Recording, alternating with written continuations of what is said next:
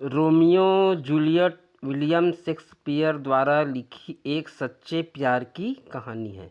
इस कहानी को उन्होंने सन 1591 से 1595 के बीच में लिखी थी, जिसे सन 1597 में एक किताब के रूप में प्रकाशित किया गया था।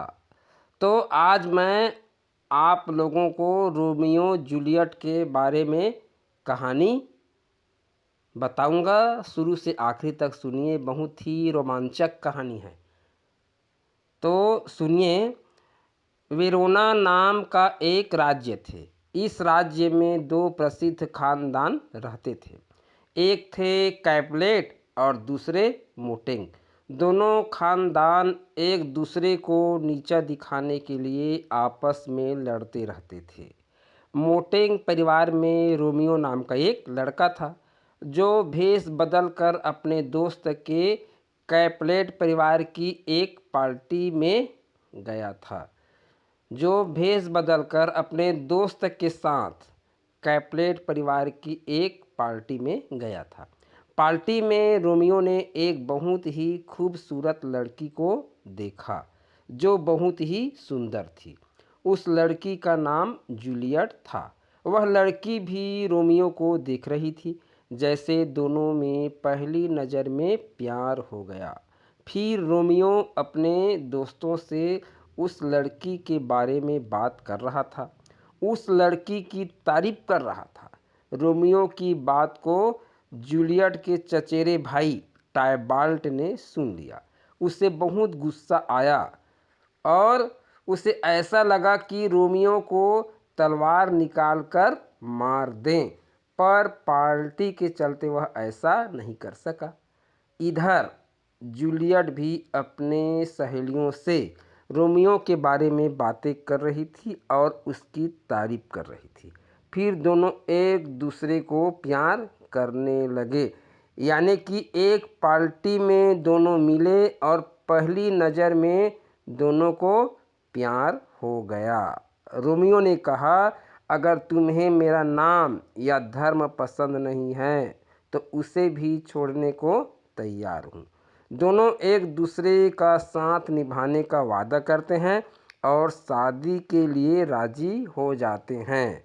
यानी प्यार, फिर शादी तक बात उनकी हो गई। तो रोमियो ने अपने प्यार की बात फ्रियर लॉरेंस को बताई। फ्रियर दोनों परिवार के अच्छे मित्र थे। उन्होंने कहा, अच्छी बात है, यदि दोनों की शादी हो जाती है तो दोनों परिवारों की दुश्मनी खत्म हो जाएगी। अब रोमियो के चचेरा भाई टायबाल्ट को यह पसंद नहीं था। एक दिन रोमियो अपने दोस्त के साथ घूम रहा था कि टायबाल्ट से भेंट हो गई और दोनों में पहले कुछ बातचीत हुई, फिर लड़ाई हो गई और लड़ाई में तलवारबाजी भी हुई, जिससे टायबाल्ट की मौत हो गई। टायबाल्ट की हत्या के जुर्म में रोमियो को वेरोना राज्य से बाहर निकल जाने की सज़ा सुनाई गई। यह खबर सुनकर जूलियट को रोमियो पर गुस्सा आया कि उन्होंने मेरे भाई को क्यों मार दिया।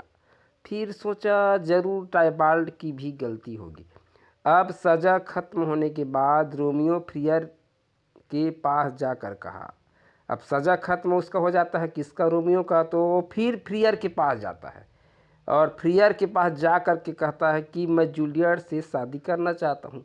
इधर जूलियट के माता पिता उसकी शादी पेरिस नाम के एक लड़के से करने का निश्चय कर रहे थे।